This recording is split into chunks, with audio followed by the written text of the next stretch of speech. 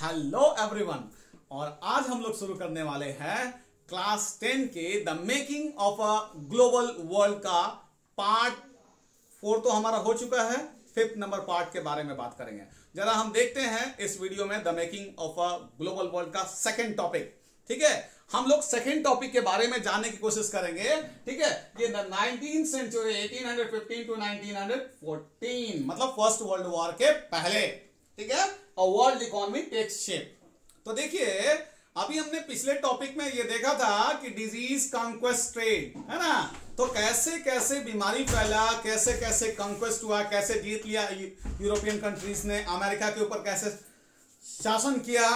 इसके अलावा फिर हमने देख लिया कि किस तरह से ट्रेड फैला। मतलब हमने उसमें देखा था कि किस तरह से because of the discovery of silk root, मतलब सिल्क रूट अगर ढूंढ लिया गया था तो सिल्क रूट के ढूंढ लेने से क्या हो गया, आसानी से ट्रेड, आसानी से एक जगह से दूसरे जगह चला जा रहा था। मतलब दिस वर्ल्ड श्रैंक, ये एग्जाम में भी आता है, how can you say that the whole world shrank, है ना, because of the discovery of silk route it happened. नहीं, क्योंकि people could migrate from one place to another easily taking the silk route, going through the silk route. Silk route ये क्या हुआ, water veg ढूंढ निकाला, पानी से जाने का रास्ता आसानी से जल्दी से एक जगह से दूसरे जगह पहुंचने का रास्ता ढूंढ निकाला, लैंड का रास्ता निकाल दिया। इस तरह से people migrated easily from one place to another. Business was flourishing in water. नहीं, यही नहीं, चूंकि अमेरिका डिस्कवर्ड हुआ था बहुत late, since America was discovered very very late and that is why Americans, है ना। अब अमेरिका के बारे में बहुत चीजें जानकारी नहीं थी यूरोपियन लोगों को। तो आप सोचिए, अमेरिका का पेरू, मैक्सिको, ये सब साउथ अमेरिका का पार्ट है। They were very very famous for silver. Silver का माइंस वहां बहुत था। यही नहीं, एक fable city of gold El Dorado के बारे में खबर हुआ कि भाई एक ऐसा शहर है जो सोना का शहर है। बड़ा ज्यादा अफवाह फैला। मतलब so many people gathered together and they sent the expedition. The expedition were left for finding the place, है ना, whether really there existed such a land or not। माने एक सच में ऐसा कोई जमीन है, कोई जगह है, कोई शहर है जिसका नाम एल डोराडो है, जो सोने का शहर है। तो ये बहुत सारे खोजी दल वगैरह आए, लेकिन इसके बारे में कोई जानकारी हो नहीं पाई कि सच में कोई सोने का भी शहर है एल डोराडो। लेकिन एग्जाम में आता है, 1 मार्क का क्वेश्चन पूछता है कि name the fable city of gold, तो आपको लिखना पड़ेगा उसमें एल डोराडो। फिर कभी कभी sometimes it is also asked name, है ना, the cities which were famous for silver. Silver के लिए फेमस साउथ अमेरिका का कौन कौन भाई, पेरू एंड मैक्सिको। यही नहीं, फिर हमने देखा कि अमेरिका बहुत लेट से डिस्कवर हुआ था, तो अमेरिकन पीपल के पास did not have immunity against some of the diseases. कुछ कुछ डिजीजेस के बारे में उनके पास इम्यूनिटी नहीं थी, मतलब रोग प्रतिरोधक क्षमता नहीं थी। और इसीलिए उन डिजीजेस के माध्यम से कैसे यूरोपियंस ने कंकर्ड कर दिया एरिया को, है ना, अमेरिकन कुछ एरियाज पे कब्जा जमाया। जैसे आपका हुआ एग्जांपल के तौर पे पोर्तुगीज एंड स्पेनिश, है ना, उन्होंने कैसे अमेरिका के ऊपर कब्जा जमाया। देखिए, वो जानते थे कि Americans did not have the immunity against the disease like small pox and that is why, है ना, they sent a person who was suffering from small pox. Small pox ले गया जाके एक अमेरिकन, और वो वहां पर यूरोपियन, और वो अमेरिकन से जाकर के मिल गया और वहां पर फैला दिया स्मॉल पॉक्स। अब जैसे ही स्मॉल पॉक्स फैलाया तो Americans died because they did not have immunity against the disease like small pox and that is why so many people died. ठीक है, बहुत सारे लोग मर गए इसी वजह से, इसी स्मॉल पॉक्स के कारण से। ठीक है, और this paved the way to conquer the area, और इस तरह से ये आसान हो गया एरिया को कंकर्ड करने में, कब्जा जमाने में। नहीं, तो ये आसान कर दिया इस एरिया को आसानी से कब्जा जमाने में। ये हमने देखा था। इसके अलावा फिर हमने क्या देखा था, फिर हमने देखा कि किस तरह से लेट 19th सेंचुरी में, है ना, लेट, तो बाद में क्या हुआ भाई, यहां पर धीरे धीरे पॉपुलेशन बढ़ा, है ना, फिर कॉन्फ्लिक्ट हुआ, लड़ाई झगड़ा हुआ, religious dissenters were also there, they were persecuted. Persecuted माने पनिश्ड। जैसे जैसे समय बीतता चला गया, पॉपुलेशन बढ़ा, जनसंख्या बढ़ा, तो भाई वहां पे चीजों के दाम बढ़ने चले गए, है ना, अनएम्प्लॉयमेंट हुआ। बहुत सारे लोग क्या किए कि उन्होंने बहुत सारे जो रिलीजियस डिसेंटर्स थे, they were dissatisfied, they were punished, many of them were punished. बहुत सारे लोगों को पनिशमेंट किया गया। अनएम्प्लॉयमेंट होने की वजह से बहुत सारे लोग क्या किए, they left Europe for America, they settle there, वो वहां जाकर के सेटल हो गए और वहां क्या किए, दे ग्रीव व्हीट एंड, है ना, wheat and cotton which were on demand in Europe, जो कि यूरोप में डिमांड में था। तो व्हीट एंड कॉटन खूब उपजाया उन्होंने और इस तरह से अमेरिका में उपजाया और यूरोप में बेचा। और यहां पे काम करने के लिए आदमी की आवश्यकता थी, तो ये कहां से लाए, अफ्रीका से। याद होगा आपको क्लास 9 में हमने इसके बारे में पढ़ा था, है ना, the abolition of the slavery trade, है ना। तो वही अफ्रीका से वर्कर्स को लेके आए अमेरिका में, उनसे काम करवाया और उन गुड्स को प्रोडक्ट, है ना, प्रोड्यूस करवाया जिनका डिमांड यूरोपियन कंट्रीज में था। इस तरह से खूब पैसा कमाते चले गए, बिजनेस खूब बढ़िया से फ्लरिश हो रहा था। लेकिन from 15th century onwards, 15th century से चाइना ने स्टॉप कर दिया क्या भाई, बिजनेस, है ना। From 15th century China stop doing business with the rest part of the world. पहले क्या था कि वेस्टर्न पार्ट से गुड्स आते थे, कहां को भाई, ईस्टर्न पार्ट को। So from western part goods were sent, exported, ठीक है, to eastern part for India and China. But from 15th century, मतलब शुरू में जब चाइना ने बंद नहीं किए थे, अपने रिश्ते नहीं खराब किए थे 15th सेंचुरी से, है ना, 15th सेंचुरी से पहले तो वेस्टर्न एरिया से गुड्स आते थे और यहां सेल किया था। लेकिन 15th सेंचुरी से जैसे ही चाइना ने रिश्ते बंद कर दिए, मतलब बिजनेस बंद कर दिया, तो अब जो है गुड्स इधर नहीं आते थे, ठीक है, सारे के सारे गुड्स आना बंद हो गए और अमेरिका का भी इंफ्लुएंस धीरे धीरे बढ़ने लगा था और चाइना का रिड्यूस हो गया था, ये सारा काम। तो ये इस तरह से फ्लो हो गया, ईस्ट टू वेस्ट हो गया, पहले वेस्ट से ईस्ट था, ठीक है। तो ये हमने पिछले टॉपिक में पढ़ा था। आज हम लोग जो बात करेंगे ये टॉपिक नंबर 2 है, ठीक है। तो आज हम लोग देखेंगे कि किस तरह से 19th सेंचुरी में क्या स्थिति रही, ठीक है। हम देखिए पहले ही हम पढ़ चुके हैं कि there are 3 flows which are mainly responsible for the economy, है ना। तो हमारी इकोनॉमी कैसे शेप ली, ये 3 फ्लोज हैं। तो हमारे इकोनॉमिस्ट के अनुसार, according to our economist, there are 3 flows which are responsible for globalisation. कौन कौन सा भाई, flow of trade, flow of labour, flow of capital. ये हम पीछे भी बात कर चुके हैं।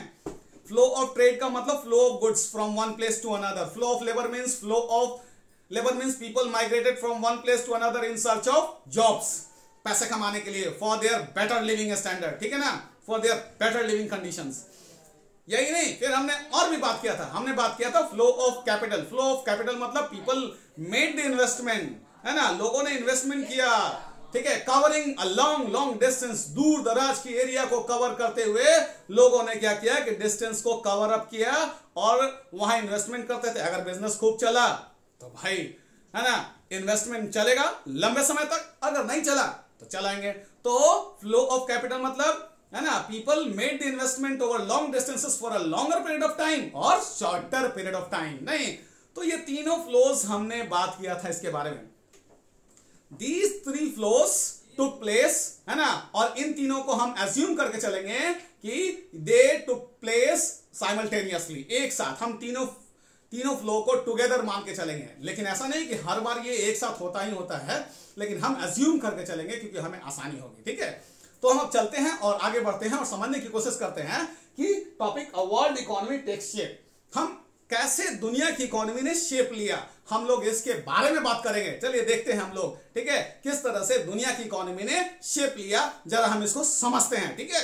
अभी देखिए, जहां तक दुनिया की इकोनॉमी का सवाल है, तो देखिए हर country, each and every country wants to be self sufficient in terms of food production. हर देश चाहता है कि मेरा भाई देश किसी के आगे अनाज के लिए हाथ नहीं फैलाए। Every country wants the same. नहीं, हर देश चाहता है कि we should not spread our hand, है ना, before the other countries for food production. नहीं, we don't want to go ahead with the begging bowl. नहीं है कि भाई हम नहीं मांगेंगे, हर कंट्री चाहता है। लेकिन great Britain did not think in the same manner. Great Britain thought quite differently. Britain बिल्कुल अलग सोचता था। उसका मानना था कि अगर हम एग्रीकल्चरल एक्टिविटी में ध्यान देंगे ना तो पुअर हो जाएंगे। Great Britain thought that if it would take care of the agricultural activities it would be poorer, है ना, तो गरीब हो जाएंगे। मतलब क्या करना चाहिए हम लोगों को? हम लोगों को इंडस्ट्रियल सेक्टर पर ज्यादा ध्यान देना चाहिए। मतलब great Britain thought that we should put stress on the industrial sector. हमें इंडस्ट्रियल सेक्टर पे ज्यादा ध्यान देना चाहिए। ये हमारा दिमाग में होना चाहिए, ठीक है। तो ये मेन दिमाग में था कि भाई हमें इंडस्ट्रियल सेक्टर पे ज्यादा ध्यान देना है। तो ब्रिटेन ने सच में इंडस्ट्रियल सेक्टर में ध्यान दिया। लेट 18th सेंचुरी में ब्रिटेन ने इंडस्ट्रियल सेक्टर पे ध्यान दिया। नतीजा क्या हुआ? Industrialization took place, urbanization took place, population increase, शहर बनते चले गए, पॉपुलेशन बढ़ा, लोग शहरों में जमा हो गए। Because of the increasing population there increase the demand of the food grains. चूंकि सब लोग इंडस्ट्री पे ध्यान दे रहा था, कोई भी भाई इंडस्ट्री पे ध्यान दे रहा था, एग्रीकल्चरल एक्टिविटीज पे किसी का ध्यान नहीं था। नतीजा क्या हुआ? डिमांड फूड ग्रेन का बढ़ता चला, क्योंकि पॉपुलेशन बढ़ा। The greater the demand the higher the price. ये होता ही आ रहा है, डिमांड बढ़ा, प्राइसेस भी बढ़ गए। अब प्राइसेस बढ़ गए तो यहां सरकार ने सोचा कि इनको कंट्रोल कर दिया जाए। The government thought to import the food grains to control the price of maize. Maize was the staple diet of Great Britain. Britain के मेन जो है स्टेपल डाइट थे मेज, मकई, है ना। तो इस तरह से यही चाहते थे। तो ब्रिटेन को लगा सरकार को कि हमें इंपोर्ट करना चाहिए मेज, क्योंकि भाई मेज का डिमांड बहुत ज्यादा है और प्राइसेस बहुत ज्यादा हो रहे हैं। तो the British government decided to import the food grains. सोचा कि मंगा लेते हैं उधर से तो अनाज का दाम कंट्रोल हो जाएगा, क्योंकि भाई डिमांड बहुत ज्यादा है। जैसे ही मंगाने के लिए हुआ डिसाइड किया, तो British government was pressurized by the landlords and farmers. The farmers and the landlords they pressurized the government not to import the food grains any longer. नहीं मंगाइए फूड ग्रेन, उन्होंने प्रेशर बनाया और यही कहलाता है हमारा कॉर्न लॉस। आपके एग्जाम में ये पूछेगा सवाल, उसे पूछेगा कि what is corn loss, what happened when corn loss were scraped या रिमूव्ड या एबोलिश्ड। ठीक है, मतलब स्क्रैप माने हटाना। तो कॉर्न लॉस से आप क्या समझते हैं? द लॉज विच वर, है ना, the laws which did not allow the government to import food grains. वो लॉ जिसने सरकार को अलाउ नहीं किया। क्या नहीं किया भाई? इंपोर्ट करने के लिए। क्या इंपोर्ट करने के लिए? फूड ग्रेन्स, मेज मंगाने के लिए। वो लॉस को बोला गया कॉर्न लॉस। आप समझ गए होंगे क्यों नहीं मंगाना चाहते थे, क्यों प्रेशर बनाया। देखिए, अभी जैसे ही फूड ग्रेन्स मंगाया जाता तो घाटा किसको होता? जिन्होंने अनाज उपजाया था, मतलब लैंडलॉर्ड्स को, मतलब फार्मर्स को, क्योंकि अनाज का दाम कम हो जाता है। जब कम हो जाता है तो महंगा में ये बेच नहीं पाते। And that is why they pressurize the government not to import the food grains. ठीक है, under the pressure of the landlords and farmers the government did not import food grains. यही कहलाया कॉर्न लॉस। तो corn laws पूछेगा, what do you mean by corn laws? The laws which did not allow the government to import the food grains were called corn laws. उम्मीद है समझ में आ गया होगा। बिल्कुल, अब समझिए what happened when corn laws were scrapped या abolished या removed। तीनों का मीनिंग एक है। corn laws हटा तो क्या हो गया? आप देखिए, because of the abolition is of the corn laws के हटने से अब जो है प्रॉब्लम आया फार्मर्स को आया। क्यों? Because government imported the food grains. Because of this, the prices of the food grains came down. Now, the farmers, the local farmers who had grown the food grains, they were unable to compete with the prices of the imported food grains. अब वो बाहर से ला करके food grain बेच रहा है, जो आपके फूड ग्रेन से जो आपने अपने देश में उपजाया वो आपका महंगा है।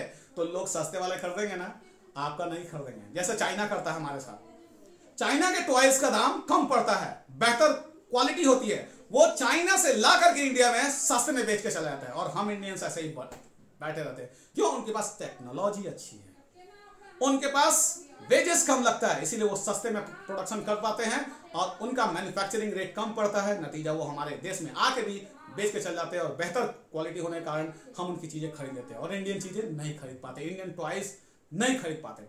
वैसा ही हाल यहां हुआ फूड ग्रेन्स के मामले में। फूड ग्रेन्स सस्ते थे बाहर से लाए हुए फूड ग्रेन्स। नतीजा क्या हुआ? These farmers had to stop the cultivation. अब ये क्यों करेंगे कल्टीवेशन? क्योंकि इनकी जमीनें महंगी है, इनका रेंट महंगा है, तो इनको महंगा पड़ता था उपजा करके। And that is why they were unable to compete with the imported food grains. They stopped cultivation. Some of them migrated to the cities, some others migrated to the other countries. बहुत सारे लोगों ने छोटे मोटे काम धंधे शुरू कर दिए, बहुत सारे लोग शहर में चले गए, बहुत सारे लोग माइग्रेट कर गए दूसरे शहर में, दूसरे कंट्री में। तो what happened when corn laws were scrapped? आप समझ गए। तो when corn laws were scrapped the food grains were available at the cheaper rate. As a result of it, the local farmers were unable to compete with the food grains which were imported by the government. So they stopped doing cultivation. Some of them migrated to the city. Some others migrated to the other countries. Some others started the other business, other occupation, other activities. समझ में आ गया होगा ये आपको। तो corn loss किसे कहते हैं ये आप समझ गए। स्क्रैप हुआ कॉर्न लॉस तो क्या हुआ ये भी आप समझ गए होंगे, ठीक है। तो अब लेट 19th सेंचुरी में हुआ क्या कि लेट 19th सेंचुरी में बिजनेस काफी तेजी से बढ़ा। क्यों? क्योंकि great Britain took care of only and only industrial activities.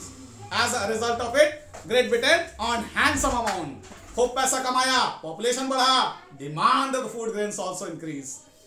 अब बढ़ते हुए डिमांड की वजह से ग्रेट ब्रिटेन है ना इंपोर्टेड द फूड ग्रेन्स। अब इसके डिमांड को बढ़ते हुए देख कर करके कुछ देशों ने डिसाइड किया, some of the countries decided to grow food grains in their own countries to earn money by exporting the food grains to great Britain. Great Britain को एक्सपोर्ट करेंगे, खूब पैसे कमाएंगे। क्यों भाई? ब्रिटेन के पास पैसा है और ब्रिटेन पैसा देने के लिए भी तैयार है क्योंकि उसके पास इंडस्ट्रीज में अच्छी कमाई है।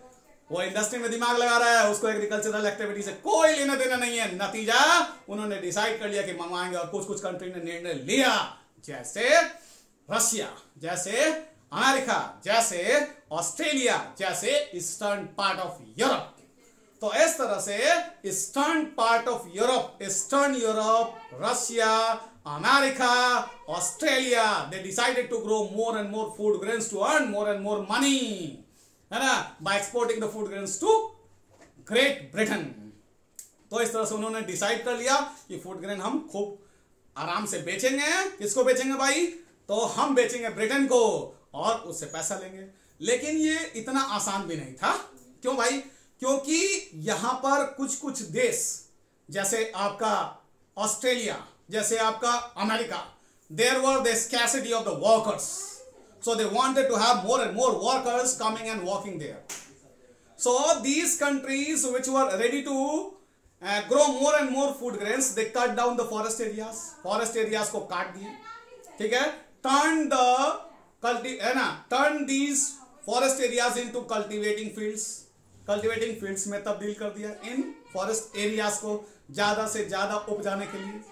so many workers from southern Europe, Asia, Africa and Caribbean islands came to these places, especially America and Australia. बहुत सारे वर्कर्स उधर से आ गए यहाँ काम करने के लिए, ठीक है। तो इन खेतों में तब्दील करना फॉरेस्ट एरियाज को, और यही नहीं, after growing the food grains they wanted to export it and that is why tracks were laid down, पटरियां बिछा दी गई। अब इन पटरियों को इस तरह से बिछाया गया कि they connected the fields to the seaports, seaport को जोड़े ताकि once the food grains were grown, है ना, they could be loaded into the railways and thereafter the railways carried the food grains to the seaport where these food grains were unloaded and thereafter they were loaded into ships again and these ships started for abroad। और इस तरह से abroad के लिए शुरू हो जाते थे, चले जाते थे।